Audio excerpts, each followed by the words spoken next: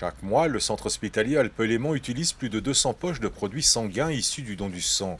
Des produits suivis et contrôlés avant chaque transfusion, des produits dont la traçabilité ne souffre d'aucune lacune, sans oublier le respect de la compatibilité des groupes A, B, O et Rhésus. Car les procédures sont multiples pour assurer une sécurité optimale aux patients transfusés. Autre impératif, le sang est un élément biologique vital, constitué de plasma et de cellules, et la durée de vie d'une poche de sang n'est que de 42 jours. La transfusion, c'est toujours, entre guillemets, l'échec des autres traitements possibles. On vient toujours à la transfusion quand on n'a pas pu faire autrement. Dans ces situations-là, on n'a pas le choix.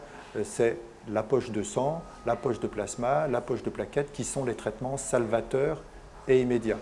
Mais dans tous les autres cas, ce sont des maladies de l'hémoglobine qui sont très fréquentes, qu'on appelle des thalassémies, des drépanocytoses, pour lesquelles aujourd'hui il n'y a aucune alternative. Il en existe à des stades de recherche qui sont prometteuses, etc. Mais pour l'instant, pour que les gens mènent une vie normale, ils ont besoin, pour certains, d'être transfusés de 2, voire 3 poches de sang tous les 15 jours, toutes les 3 semaines. 47% des patients transfusés souffrent de maladies du sang et de cancers comme les leucémies ou les lymphomes. Les interventions chirurgicales concernent quant à elles un peu plus du tiers des patients transfusés. Les dons de sang servent également à soulager des situations d'urgence, comme les hémorragies lors d'un accouchement ou d'un accident. Pas de sang, pas de globules rouges, pas d'oxygène, donc impossible de faire quoi que ce soit.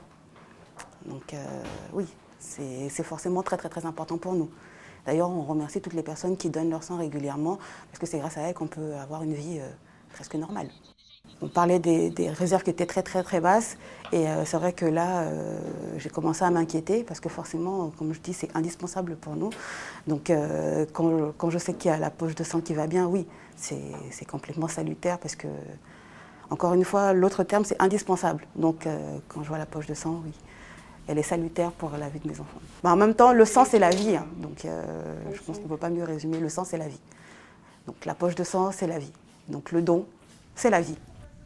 En France, chaque patient transfusé reçoit en moyenne 5 produits sanguins nécessitant 10 000 dons de sang chaque jour.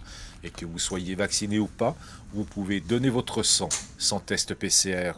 Seul changement avec le Covid, vous devez attendre 14 jours après la disparition des symptômes pour pouvoir donner votre sang.